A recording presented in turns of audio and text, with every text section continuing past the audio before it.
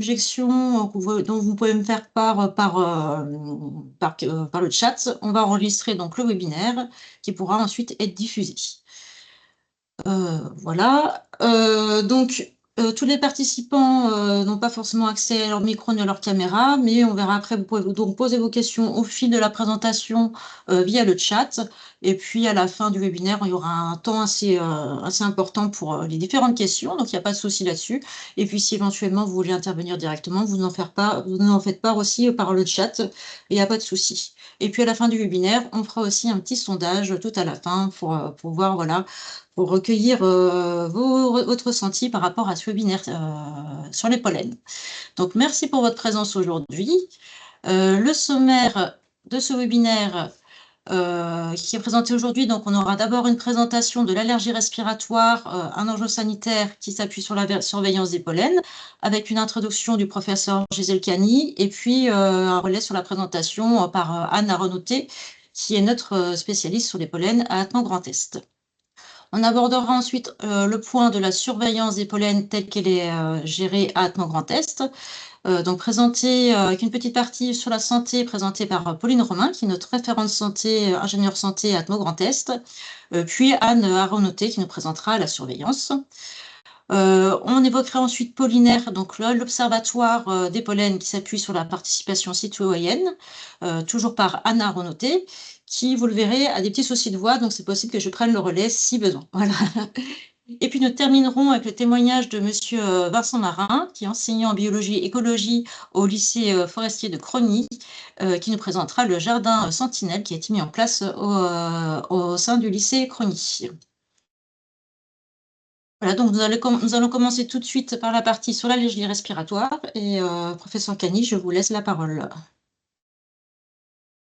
Bonjour à tous, merci beaucoup pour l'organisation de ce séminaire. Je remercie en particulier Atmo Grand Est et plus particulièrement Anne Aronauté et Bérénice Jenson. Et je remercie également Stéphanie Monniot de l'ARS qui accompagne ce projet et cette veille pollinique depuis le début. Agir, comprendre, prévenir. C'est un grand chapitre. L'allergie respiratoire, ce n'est pas quelque chose d'anecdotique. Elle concerne environ 31% de la population française. Elle est très fréquente chez le jeune. On estime que 39% des personnes entre 18 et 25 ans sont porteuses d'une allergie respiratoire et ça s'atténue jusqu'à, chez les plus de 65 ans, un pourcentage de 22%. Autrement dit, une maladie fréquente et qui existe tout au long de la vie. Alors, effectivement, la rhinite allergique, ça dérange, le nez, etc. Mais ce qu'il faut savoir, c'est que la rhinite allergique est rarement isolée. Elle est associée à un asthme dans 40% des cas. Et puis, la rhinite allergique, c'est une pathologie qu'on dirait bénigne parce qu'elle n'est pas létale. Par contre, elle a des conséquences sur les conditions de vie qui sont très importantes. Des conséquences au niveau de la vie sociale, des capacités d'apprentissage. Une étude anglaise a montré que 40 à 70% des lycéens qui étaient porteurs d'une rhinite allergique avaient un taux de succès qui était moindre que ceux qui n'avaient pas de rhinite allergique. La rhinite allergique, ça induit également des troubles du sommeil, et ce qui est important dans la vie sociale, dans les compétences au niveau du travail. Donc, autrement dit, un sujet qui pourrait paraître bénin, mais qui est extrêmement important et qui a un gros impact sur les personnes qui en sont porteuses et sur la société. Pourquoi les allergies respiratoires? Les allergies respiratoires, ce sont des maladies qui ne sont pas très vieilles. La première description date de 150 ans. Et puis les choses ont augmenté. Elles ont augmenté pourquoi? À cause des modifications de nos conditions de vie, d'un environnement qui est riche en polluants ou d'autres polluants, et notamment, je pense aux particules diesel qui favorisent la réaction du système immunitaire à des particules avec lesquelles l'être humain est en contact depuis des décennies, des siècles. Et donc, cette pollution caractérise nos sociétés modernes, va favoriser l'expression de l'allergie chez nos concitoyens. L'important, c'est de traiter, mais c'est également de prévenir en veillant à ce que notre environnement, en maîtrisant la pollution de notre environnement, en maîtrisant la production de pollen allergisants, en gérant nos environnements urbains et notamment toute la flore et les arbres que l'on décide d'y implanter. Voilà ce que je voulais dire en termes d'introduction. Dire que c'est un problème de société, oui. C'est l'affaire des médecins qui vont faire le diagnostic, mais c'est l'affaire du citoyen qui va observer, qui va évaluer la pollinisation des espèces à risque. Cette évaluation des espèces à risque, cette identification en temps réel des espèces à risque, ce que fait le réseau pollinaire est extrêmement important parce qu'une information en temps réel va permettre à la personne allergique d'adopter une attitude préventive et de protection qui lui évitera un accident aigu, une réaction aiguë liée à une forte pollinisation. Je vous remercie et je vais laisser la parole à Anne qui va nous présenter toute la démarche de ce projet de veille pollinique qui bouge beaucoup avec des nouveaux index, un nouvel indice pollinique, un gros investissement de la société, enfin de l'association Atmo France et Atmo Grand Est en particulier, sur la mise en place d'un système performant et à la disposition des citoyens pour veiller sur la pollinisation des espèces et, en quelque sorte, maîtriser les symptômes des personnes allergiques. Merci. Merci, professeur Cani. Anne, tu veux continuer sur cette diapositive ou c'est la suivante, peut-être? Étant donné que Madame Cani a fait une très bonne introduction, je me dis que c'est peut-être pas plus mal finalement de passer, alors je suis désolée, j'ai la voix un peu cassée, de passer peut-être directement à la présentation d'Atmo Grand Est et du coup l'apport de nos différents outils. Parce que vraiment, merci Madame Cani, vous avez fait une formidable présentation qui explique bien l'intérêt de réaliser cette veille pollinique. Donc peut-être Pauline, je ne sais pas, je te laisse déjà démarrer. Bonjour à tous. Alors, donc, du coup, avant de découvrir comment Atmo Grand Est effectue la surveillance des pollens, donc, je vais vous présenter brièvement la structure et puis les actions qu'on porte autour de la santé. Donc, tout d'abord, Atmo Grand Est, c'est une association qui est agréée par le ministère de la Transition écologique et qui a été créée en réponse à la loi sur l'air et l'utilisation rationnelle de l'énergie et qui date de 1996. Elle est intégrée dans le Code de l'environnement et elle impose tout d'abord la surveillance donc, des niveaux de polluants présents dans l'air. Donc, cette surveillance, elle est réalisée grâce à des stations fixes qui mesurent en temps réel la concentration en polluants atmosphériques. On réalise également des campagnes de mesure, donc en mettant en place des dispositifs mobiles qui permettent de compléter les données des stations fixes et répondre à des besoins spécifiques sur le terrain, à la demande des collectivités ou des industriels. On a un rôle également de partager des données aux acteurs du territoire, notamment grâce à l'Observatoire Climat et Énergie, qui vous permet d'accéder en ligne à des inventaires à l'échelle de votre territoire sur les émissions de gaz à effet de serre, des polluants, de la consommation et la production d'énergie, qui sont répartis selon différents secteurs d'activité, que ce soit le transport, l'industrie, l'agriculture, le résidentiel. Donc c'est un outil décisionnel pour les acteurs du territoire.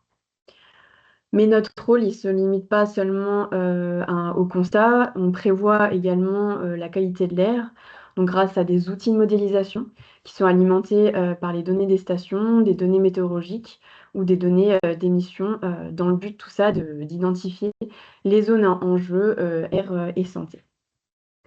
Et enfin, notre rôle principal, c'est également d'informer et de sensibiliser la population, notamment grâce à la diffusion d'indices qualité de l'air que vous avez peut-être dû voir sur des panneaux d'affichage. On va également informer, alerter sur les épisodes de pollution et communiquer sur les recommandations à suivre.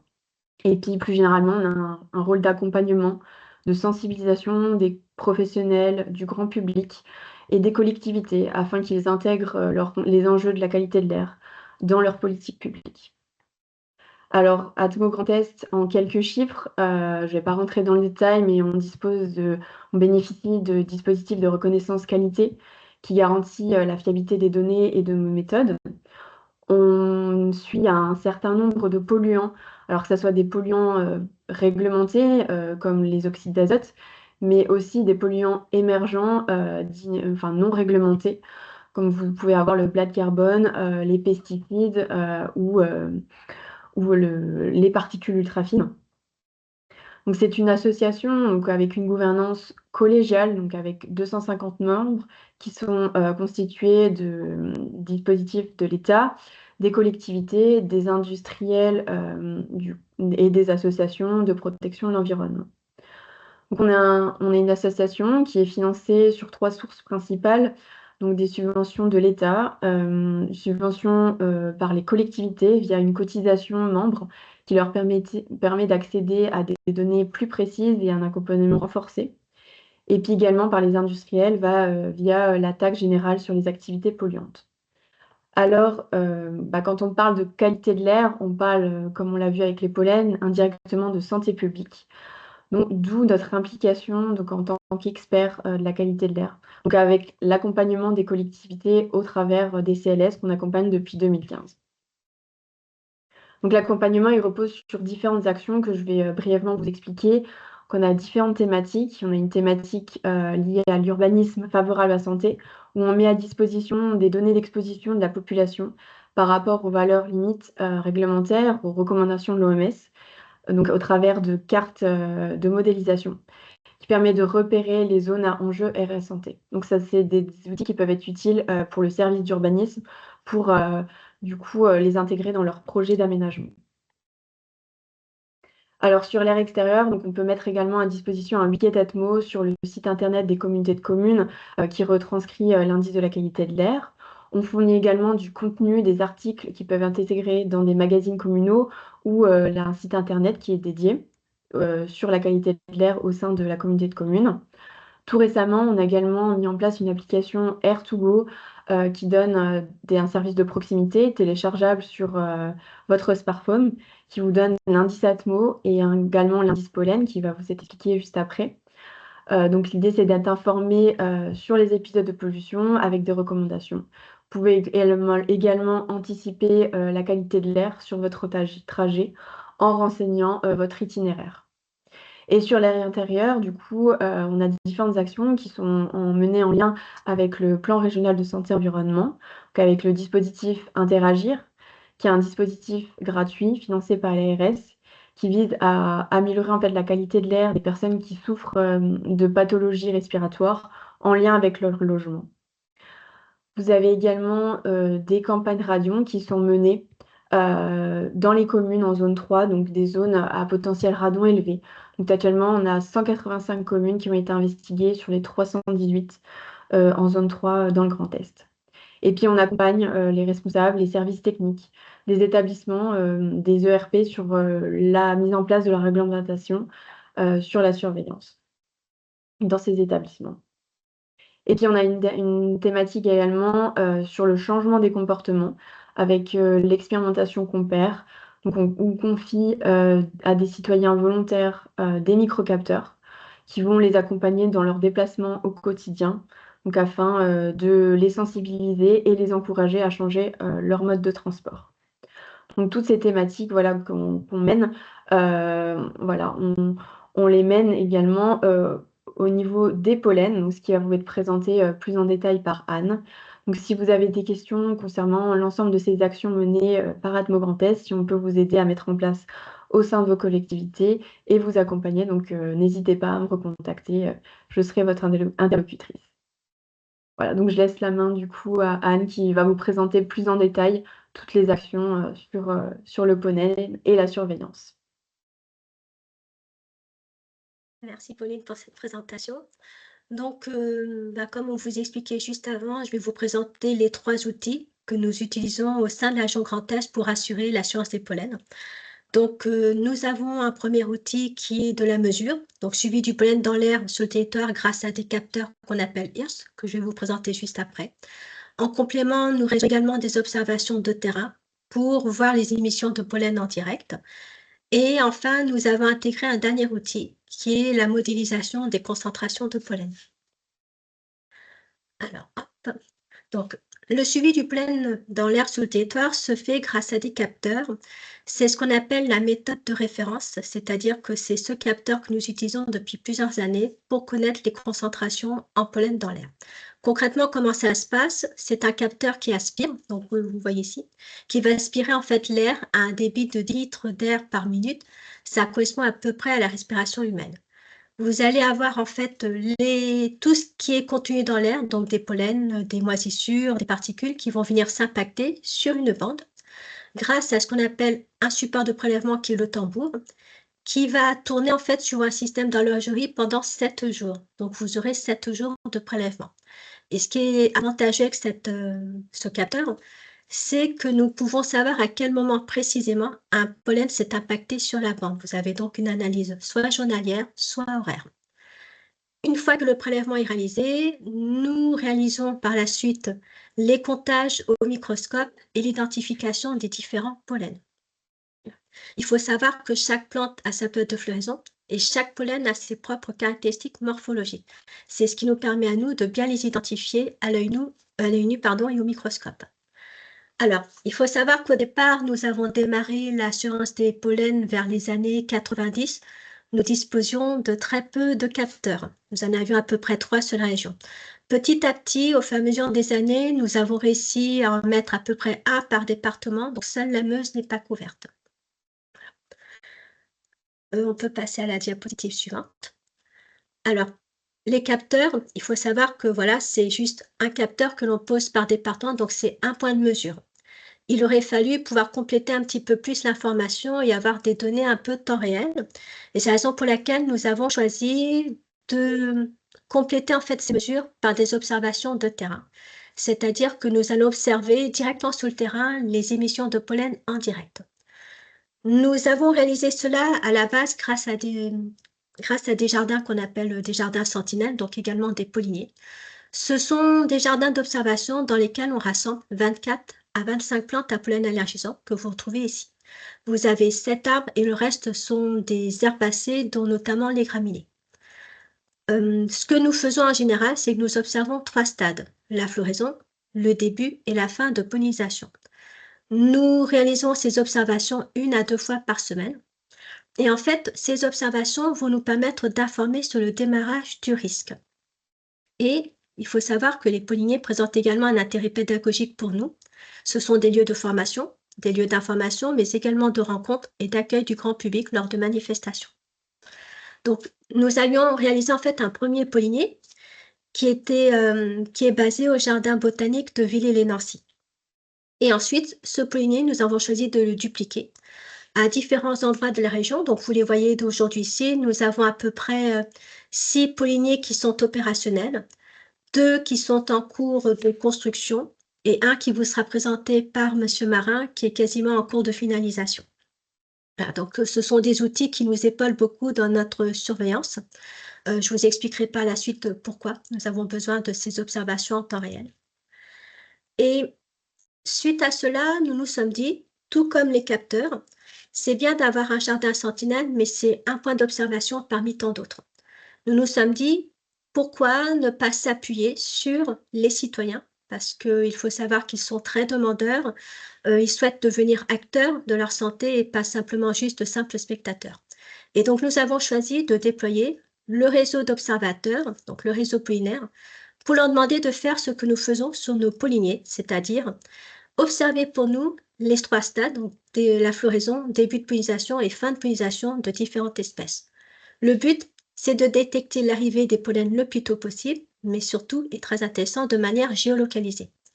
Cette information permettra d'informer ensuite les professionnels de santé et les personnes allergiques pour leur permettre d'adapter leur comportement. Il faut savoir que n'importe qui peut devenir sentinelle, que vous soyez confirmé ou amateur, parce qu'en fait, nous disposons de nombreux outils, notamment des formations qui vous sont proposées pour vous épauler dans la reconnaissance des différentes espèces. Et donc, tout le monde peut devenir sentinelle. Vous pouvez être professionnel, structure associative, particulier, même des jeunes s'y mettent. Et donc, il faut savoir que nous avons déployé le réseau pollinaire en 2017 sur la Lorraine. Donc, c'est la raison pour laquelle nous avons beaucoup plus de sentinelles en Lorraine. Nous avons eu un vrai taux de réussite la première année, puisque nous avons eu plus d'une centaine de personnes inscrites pour devenir sentinelles. Aujourd'hui, nous sommes à 365 sentinelles bénévoles, avec franchement à peine 2% d'erreurs dans les observations, donc ce qui est pas mal pour l'ensemble d'entre vous qui êtes amateurs. Et donc, grâce à ces mesures et à ces observations de terrain, nous avons décidé de compléter nos outils, en fait, en mettant en place désormais la modélisation des concentrations de pollen. Donc, je pense que vous avez dû en entendre parler. Depuis le 2 avril 2025, nous avons sorti un nouvel indice pollen national, Interpollen, qui a été développé par Atmo France et nos associations de qualité de l'air. Il s'agit d'un modèle qui est basé sur l'intelligence artificielle et qui prend en compte à la fois des modèles statistiques, des prévisions météorologiques et différentes données qui sortent de Copernicus. Cet indice vous permettra un déclenchement d'alerte pollen uniquement en cas d'indice pollen élevé. Vous aurez désormais des prévisions polliniques quotidiennes, de J0 jusqu'à J+2 et surtout à l'échelle de la commune. Alors, actuellement, cet indice pollen ne concerne que 6 espèces surveillées que vous avez donc ici. Il s'agit du bouleau, des graminées, de l'ambroisie, olivier, armoise et aulne. Pourquoi ces 6 espèces? Parce que ce sont les principales responsables de symptômes allergiques, mais par la suite, nous avons prévu d'intégrer d'autres espèces. Alors, c'est comme pour tout, voilà, ça demande du temps de développement, mais dès l'année prochaine, vous aurez déjà 2 nouvelles espèces. Et par la suite, on espère en intégrer d'autres. Voilà. Donc, je pense que sur la partie modélisation, j'ai terminé. Et donc, c'est important pour moi de vous expliquer comment, en fait, on utilise les données de ces différents outils pour vous diffuser par la suite une information fiable, claire et pertinente. Que nous permettent nos mesures de terrain et nos comptes polliniques? C'est ce que j'appelle la méthode de référence, parce que c'est grâce à elle que l'on peut connaître et quantifier la composition exacte en pollen de l'air. Nous sommes en capacité de vous dire semaine après semaine quel type de pollen vous rencontrez dans l'air et quel est son niveau de concentration. Nous avons, grâce à ces capteurs, accès à la date précise et la quantité de pollen qui sont émis lors d'un pic de pollinisation. Et ça nous permet, du coup, de pouvoir caractériser l'intensité d'une saison pollinique. Les observations de terrain, elles nous permettent de qualifier en temps réel le développement d'une espèce à pollen allergisant. Elles nous permettent de détecter l'arrivée des pollens le plus tôt possible et de manière géolocalisée. Et en fait, elles nous permettent de communiquer surtout une information qualitative dans des endroits où nous n'avons pas pu mettre de capteurs pollen, notamment dans le département de la Meuse. Et donc, grâce à tout cela, nous avons désormais la modélisation qui vous permet, elle, de prévoir l'évolution des concentrations de 6 pollens jusqu'à J+2. Et comme ça, vous pouvez avoir une information prévisionnelle quantifiée en tout point du territoire. Donc voilà, je pense que je vais laisser la main à Bérénice parce que je crois que je suis en train de perdre ma voix. Donc, je vais prendre le relais sur la partie donc, qui concerne Pollinaire, donc l'Observatoire des pollens qui s'appuie sur la participation citoyenne. Donc, en fait, depuis cette année, on a décidé d'un peu d'orienter Pollinaire, parce que c'est vrai que Pollinaire, jusqu'à présent, c'était plutôt tout ce qui était observation. Mais on a décidé de réorienter les choses pour que en fait, ça soit vraiment en fait, le site internet pour le Grand Est, enfin pour Atmo Grand Est, pour le grand public. Donc c'est vraiment un site qui est vraiment, dédié au grand public, qui est en refonte, hein. Donc le site actuel, voilà, vous verrez, normalement, on va dire fin mai, début juin, on espère début juin, la nouvelle version du site, Polynaire, donc avec, des nouvelles fonctionnalités, une ergonomie, qui est revue et puis une technologie aussi derrière qui est revue puisqu'on avait un problème que le site était un petit peu ancien. Et donc ce site qui s'adresse au grand public, voilà, va vraiment comporter des informations sur le comportement, comment les personnes peuvent se protéger, avoir des informations sur les pollens, donc des informations qui restent génériques, vraiment, pour le grand public. Et puis bien sûr la carte des observations de terrain, qui va être mise en avant avec les différentes stades, phénologiques, visibles, qu'on pourra voir, voilà, de manière encore plus visuelle que précédemment. La nouveauté aussi, c'est que ce site, il va s'adapter sur smartphone. Donc c'est un site, voilà, avec une application en fait, qui correspond. L'intérêt de l'application, eh ben, c'est déjà, qu'on peut se promener, en fait, n'importe qui peut, se promener dans la forêt avec son téléphone et cetera. Voilà, se dire: «Bah, tiens, les noisiers, voilà, commencent, à polliniser» et ça va faciliter vraiment les observations puisque la personne pourra directement, en fait, se déclarer, en fait, déclarer le site d'observation et faire son observation en direct. Donc cette observation sera toujours validée, hein, par les personnes référentes d'Atmo Grand Est, mais disons que ça accélère, avant il fallait déclarer un site précis et cetera et là ça sera plus le cas. Donc des fonctionnalités plus ergonomiques, et rapides pour faciliter les observations. Un compte utilisateur aussi, pour gérer soi-même ses observations ou juste les recevoir, voilà aussi en tant qu'allergique, revoir les informations. Et puis, des choses qui sont revues aussi pour être un peu plus, voilà, avoir un peu plus pas de «motivation» entre guillemets, mais en tout cas pour, que les personnes qui fassent des observations régulières, voient le nombre d'observations qu'ils ont réalisées, différents niveaux un petit peu avec des avatars aussi, des observations. Tout ça pour motiver les personnes qui sont bénévoles, et qui réalisent des observations régulièrement. Donc voilà, donc Polynaire avec, les observations qui sont toujours au cœur, hein, qui devient vraiment, l'observatoire, du Grand Est pour les pollens et puis avec, vraiment une vocation, grand public. Et puis pour les professionnels, il y aura toujours notre page Atmo Grand Est qui va être revue cette fois-ci, donc plutôt, à destination des professionnels de santé. Avec notamment, bah, toujours l'accès, hein, on a toujours les comptages polliniques, donc l'accès à nos comptages polliniques.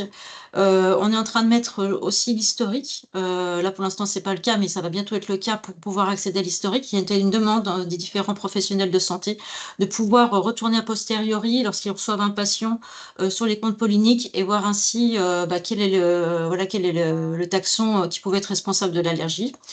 Et puis, avec des dispositions à la fois au calendrier pollinique, au bilan pollinique, du Grand Est qui est édité tous les ans et qui va bientôt être édité, sur notre site internet. Et puis différents donc les cartes de modélisation, les faits marquants, la veille phénologique, tout ce qui est repris dans notre bilan, au niveau de la surveillance pollinique. Voilà, donc 2 niveaux, 2 canaux de communication un peu différents, un plutôt grand public et un plutôt, à destination des professionnels, de santé ou des professionnels, des collectivités, par exemple. Voilà et puis enfin pour terminer, donc on a revu aussi également, les informations, voilà les canaux d'information et il y a désormais donc un bulletin d'information pollen qui est réalisé donc 2 fois par semaine, le mardi et le vendredi. Donc il peut y avoir des variations en fonction des jours fériés, mais normalement c'est le mardi et le vendredi. Ce bulletin pollen, il reprend 2 niveaux d'information. Il reprend à la fois donc, les observations, qui ont pu être réalisées donc au niveau des sentinelles, voilà sur les pollinisations qui sont en cours. Voilà donc après par exemple, dernièrement il y avait le bouleau, donc les sentinelles avaient effectivement observé, la présence de bouleau. Actuellement, j'ai cru comprendre que c'était le chêne qui était quand même, qui était concerné. Voilà, donc c'est parti sur les observations, sur les vigilances qui vont compléter, les informations sur les prévisions, hein, puisque l'indice pollinique, pour l'instant, il y a que 6 taxons. Donc par exemple, le chêne n'en faut pas partie. Mais par contre, on pourra le voir au niveau de la vigilance. C'est pour ça qu'il y a 2 niveaux, d'information au niveau de ce bulletin. Voilà et donc la vigilance et puis après les alertes qui sont en cours avec les cartes de modélisation, donc les cartes, du jour même, les cartes pour le lendemain et les cartes pour le surlendemain. Et puis, donc dès que comme l'indiquait Anne, dès qu'il y a un niveau élevé, soit pour le jour même, soit pour le lendemain ou le surlendemain, on passe à une alerte pollinisation. Donc on a 2 choses, on va dire la vigilance sur les observations et puis après l'alerte en elle-même, pollinisation. Voilà, donc c'est notre bulletin pollen qui est le principal canal d'envoi des informations aux personnes allergiques. Et que si vous n'êtes pas encore inscrit, vous pouvez vous inscrire. On vous invite à vous inscrire et à le faire connaître autour de vous, voilà, pour qu'il soit diffusé aux personnes allergiques et toute personne qui peut être intéressée par ces informations. Voilà pour cette partie qui est plus en fait donc sur pollinaire et sur tous nos axes de communication, voilà, sur les pollens. Et je vais donc laisser la parole pour la dernière partie, avant qu'on passe plutôt à une phase échange et questions, pour monsieur Marin, sur le lycée Grigny, et je vais vous laisser la main pour partager votre présentation. Donc j'arrête le partage.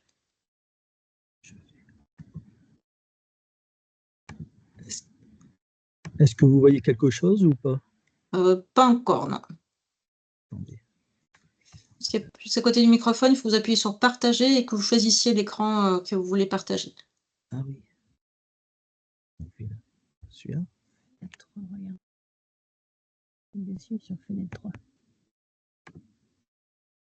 Ah yes. J'ai vu qu'il y avait une question de Martine. On fera toutes les questions après, Martine, si ça te va. Et puis en plus, je pense que pour l'instant, les micros sont coupés, donc je demanderai à Lorraine de libérer ton micro, Martine. Allez, monsieur Marin. Maintenant, on voit le diaporama. Parfait.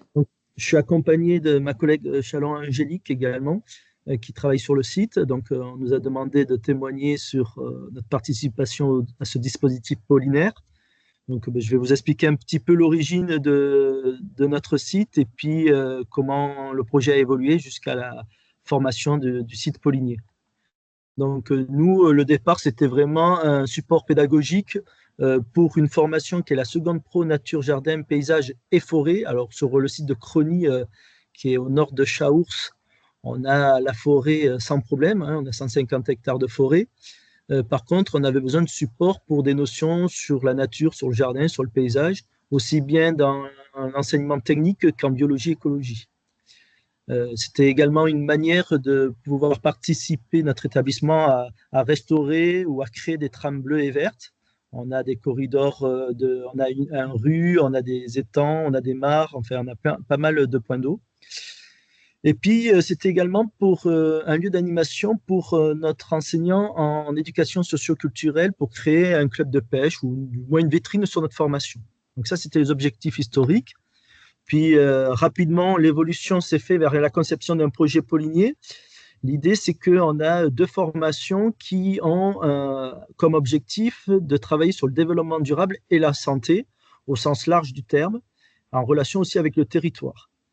Donc, on a réfléchi sur ce projet-là et puis nous est venue l'idée de travailler sur le pollen parce qu'il y avait des jeunes qui étaient allergiques à des pollens et on avait envie de faire un lien un peu plus prononcé entre les jeunes et la population locale. Donc, c'était pour prévenir cette population locale.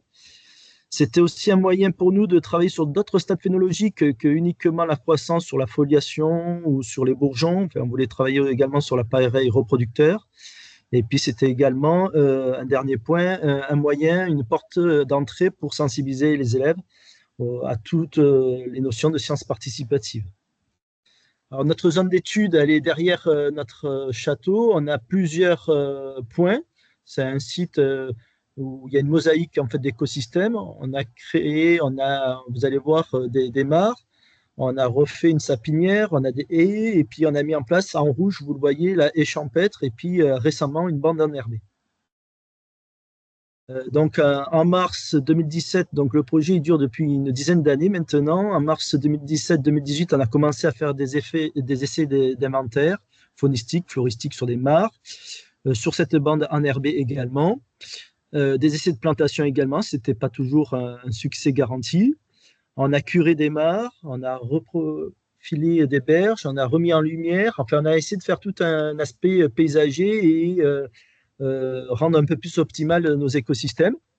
Donc là, vous avez une photo, par exemple, où on a planté 1000 sapins de Normanne. Enfin, il y a eu pas mal de travaux effectués sur ce site. On a également végétalisé des berges, créé des terrasses végétales, également faire des tressages de haies. Enfin voilà, on a eu plusieurs années consécutives. Alors, on n'a pas été aidé de mars 2020 à 2022 avec le Covid, enfin la Covid. Et puis, bon, maintenant, on est en train de reprendre un peu plus ce site en main. Et on a commencé à bien créer ce concept de projet pollinier en 2023, en partenariat donc avec l'Atmo et puis Pollinaire, et notamment Anne Arnauté. On a pu acquérir et utiliser des loupes de terrain, guide sentinelle. Alors, sous format papier, sous format PDF, ça dépend les jeunes comment on les utilise.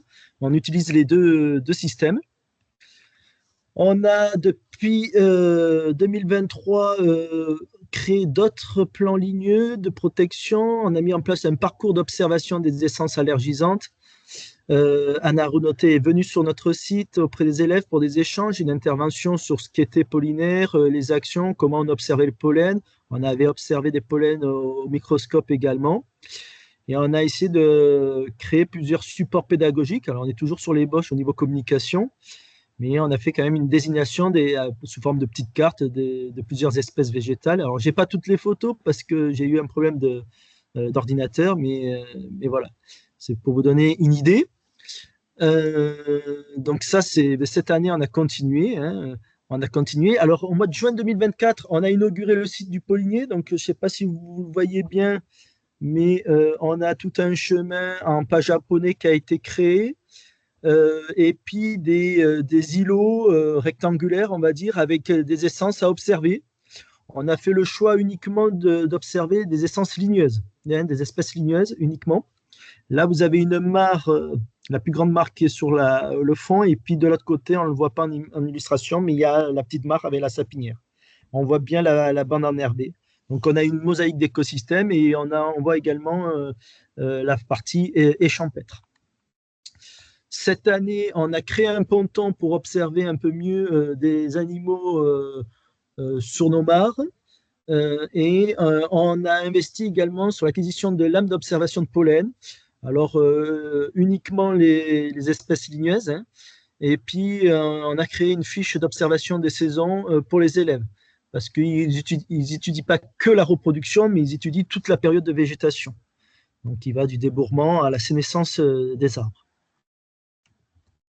On a également mis en place une communication interne via le chroniqueur. Alors, c'est le dernier point que je vais évoquer.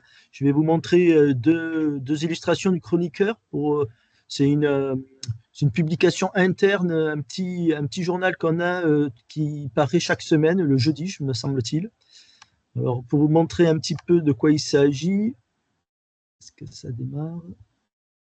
Voilà, donc on a plein d'informations et il y en a un encas sur des jeunes qui travaillent chaque semaine sur cette observation. Ils se mettent en binôme, ils me font remonter des photos, ils me font un petit compte rendu et puis on essaye de faire un petit article pour ce chroniqueur, ce petit journal. Donc vous voyez ici là sur un exemple avec Blandine et Maxime, deux élèves qu'on a en bac pro première année. On travaille encore là-dessus. Et puis je vais vous en montrer un autre pour que vous ayez divers types d'articles, si ça veut bien apparaître. Voilà. Peut-être que vous changez d'écran, que vous remettiez, parce qu'on voit juste votre diaporama, monsieur Marin. Ah mince. Alors attendez, comment on fait? Soit vous départagez, vous repartagez, ou alors vous glissez sur votre écran. Arrêtez le partage. Et puis on va partager. Alors c'était lequel? C'est celui-là? Sélectionne. C'est un chroniqueur. Celui-là. Voilà, par exemple. Voilà. Donc un petit article où on remet un peu toutes nos observations que les élèves font sur le chroniqueur, voilà, sous forme de ce type-là. Voilà un petit peu ce qu'on peut témoigner dessus. Alors c'est un projet qui permet également pendant tout un semestre de travailler sur la conception du site, sur l'entretien du site, et pendant la période du mois de janvier, on va dire jusqu'au mois de mai-juin, où on fait de l'observation sur les espèces. Alors pour le moment, on ne peut pas observer les espèces du site pollinier même. On utilise l'arboretum qui est juste à côté parce que les essences ne sont pas encore en capacité de produire des fleurs. Validé. Voilà ce qu'on pouvait vous dire. Je ne sais pas si tu veux rajouter quelque chose. C'est bon? Le pollinier, il est vraiment en cours de construction. Le fait d'avoir planté les haies et puis d'avoir regarni un petit peu les carrés de plantation l'an passé, ça va redonner une nouvelle dynamique, quelque chose de dynamique. Et puis, on voit qu'il y a certaines espèces aussi qui se plaisent bien. Donc, ça peut, pour beaucoup d'entre elles, aller très, très vite pour l'observation. Je pense que dans peut-être les 2 ans, 3 ans à venir, on va avoir aussi une grosse évolution au niveau de notre site. L'avantage, c'est que ça sert vraiment à tous les enseignants, hein, que ce soit en aménagement paysager, que ce soit pour Monsieur Marin dans les cours, quand il sensibilise au niveau des pollens, etc. Ça sert un petit peu à tout le monde. Donc, c'est vraiment un site pédagogique et scientifique. Et là-dessus, toutes les promotions s'en servent. Et pour terminer, peut-être évoquer aussi que cette publication, elle est également destinée aux parents d'élèves, donc et à l'ensemble de la communauté éducative et non enseignante. Donc, on a tout un réseau qui participe au moins à être sensibilisé à l'évolution des pollens. Voilà ce qu'on pouvait vous dire. Merci beaucoup à vous deux. Donc, on est arrivé au terme de cette présentation. Il nous reste un quart d'heure pour voilà, discuter ou poser d'éventuelles questions. J'ai vu une question donc, de Martine Hott, et puis après, je ne sais pas si on peut aussi libérer les micros, Lorraine, si Martine aussi veut intervenir, mais après, donc, je peux déjà poser la première question qui était posée sur le chat. Donc, c'était par rapport donc, au bulletin pollen du mardi et du vendredi. Donc, la question, c'était comment peut-on sortir les données le mardi, puisqu'on en fait les comptes polliniques ne sont pas encore réalisés le mardi. Je ne sais pas si Anne, tu veux répondre, ou je peux répondre aussi. À Martine aussi, à maintenant le micro. Je ne sais pas si tu souhaites compléter, Martine, ou... le micro est coupé, Martine. Il faut le désactiver.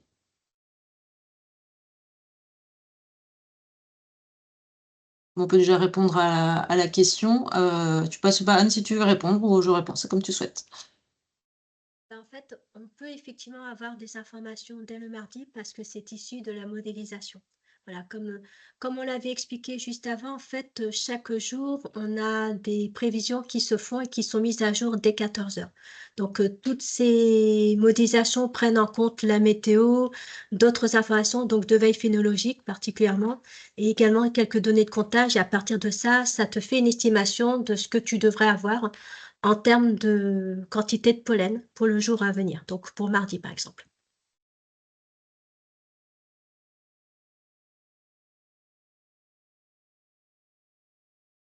Je n'hésite pas, Martine, si ça a bien répondu à la question. Puis, je ne sais pas si d'autres personnes veulent poser des questions, intervenir. Vous n'hésitez pas à nous l'indiquer par le chat ou à lever la main si on peut aussi libérer les micros. Si vous avez des questions pour le professeur Cagny, pour Monsieur Marin, pour Anne ou pour Pauline.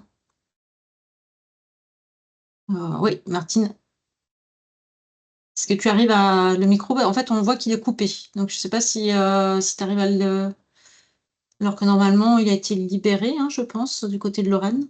Et puis, on te voit, donc on voit la caméra, les micros sont ouverts. Donc, il faut que peut-être le micro et rappuyer tout en haut, à côté de partage, à côté de caméra. Non, ça ne marche pas. Autrement, si tu peux nous poser la question par le chat, ou compléter par le chat. Et puis, si d'ici là, d'autres personnes souhaitent poser des questions. Moi, je souhaitais saluer le projet qui a été fait au lycée forestier de Crony. Je crois que c'est réellement c'est quelque chose de très important parce qu'en fait, impliquer les jeunes, les lycéens dans ce projet et l'inscrire dans le territoire, c'est vraiment la façon dont il faut faire. Parce qu'effectivement, l'allergie au pollen, ce n'est pas qu'une histoire de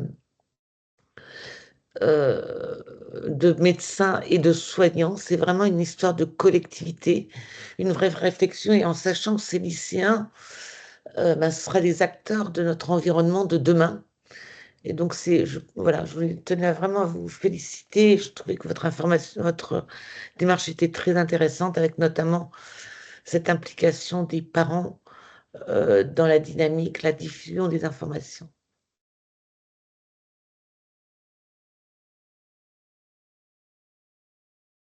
Merci. Alors, je ne sais pas si les personnes qui disent que le micro ne sont pas accessibles, parce que si vous souhaitez intervenir directement, ou alors si le chat, apparemment, nous, de notre côté, tout a été libéré. Lorraine, je ne sais pas si toi, tu peux parler. Oui. Ouais. Ouais, oui, j'ai autorisé tous les micros normalement, donc il faudrait les réactiver, je pense, au niveau des participants.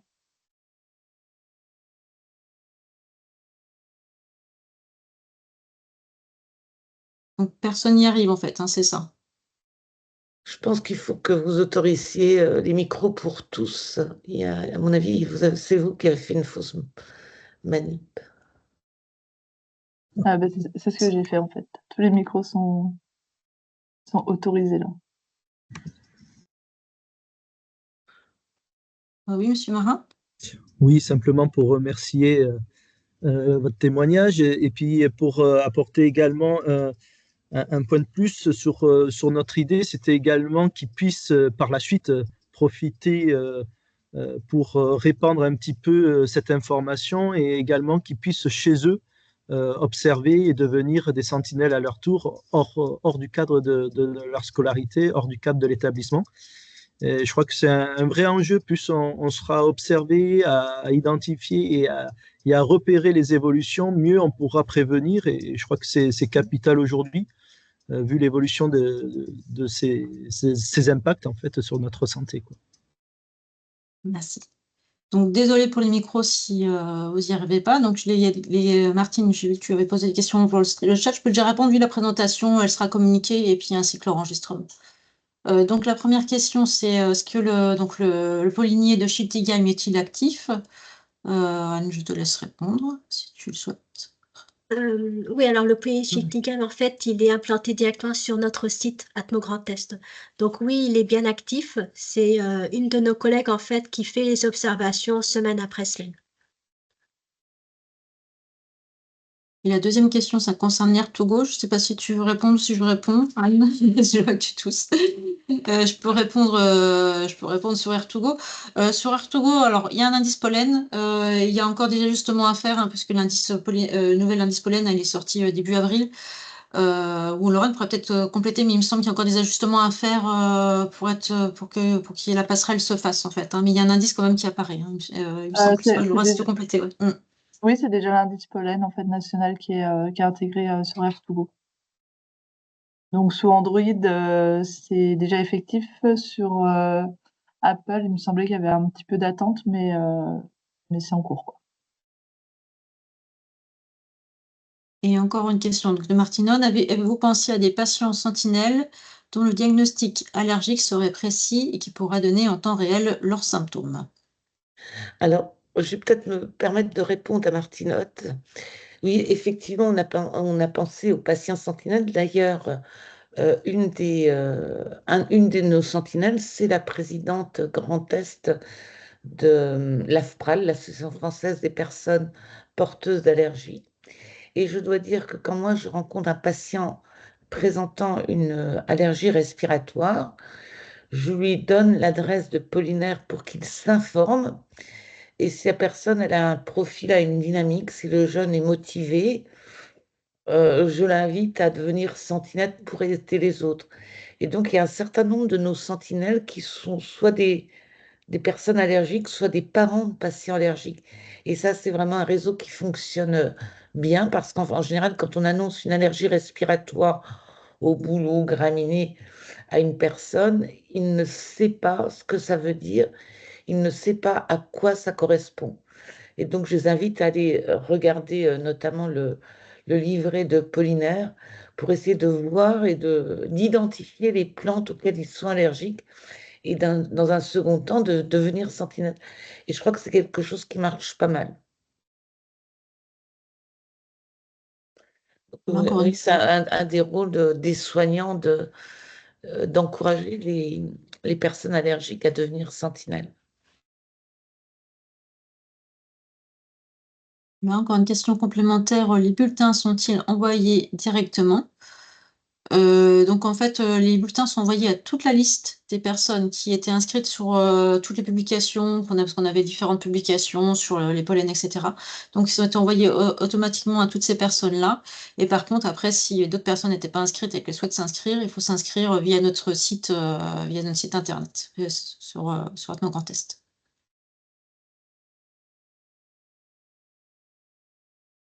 Voilà, est-ce qu'il y avait d'autres personnes qui souhaitaient poser des questions? Il nous reste encore quelques minutes, si besoin.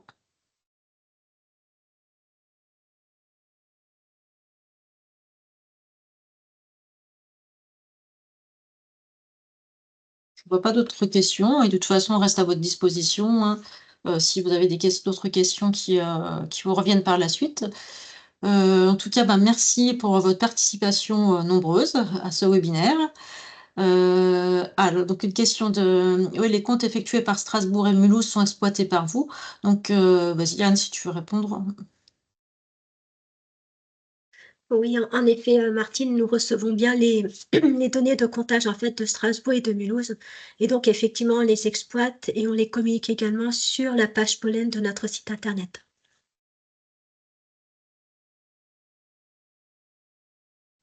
Ce qui serait bien, Bérénice et Anne, c'est peut-être de donner un contact si des personnes ont des questions ou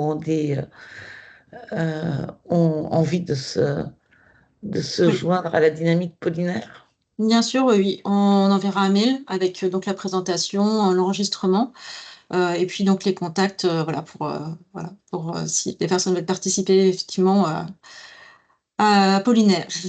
Voilà, et puis avant de partir, on vous propose de remplir juste un petit sondage. Donc vous avez le lien qui est dans la conversation. Voilà, donc comme ça, vous y pensez tout de suite. Voilà, à faire maintenant ou a posteriori. Et puis merci beaucoup donc pour la participation de tous. On se tient à votre disposition. Et puis n'hésitez pas à nous faire part si vous avez des choses à ajouter sur l'allergie au pollen, voilà, sur tout sujet relatif à la surveillance des pollens dans le Grand Est. Voilà. Merci beaucoup, merci aux intervenants, et puis je vous souhaite un bon après-midi, et puis une bonne semaine. Au revoir. Au revoir Bonne tout le semaine à monde, tous, bonne merci journée. beaucoup. Au revoir. Au revoir.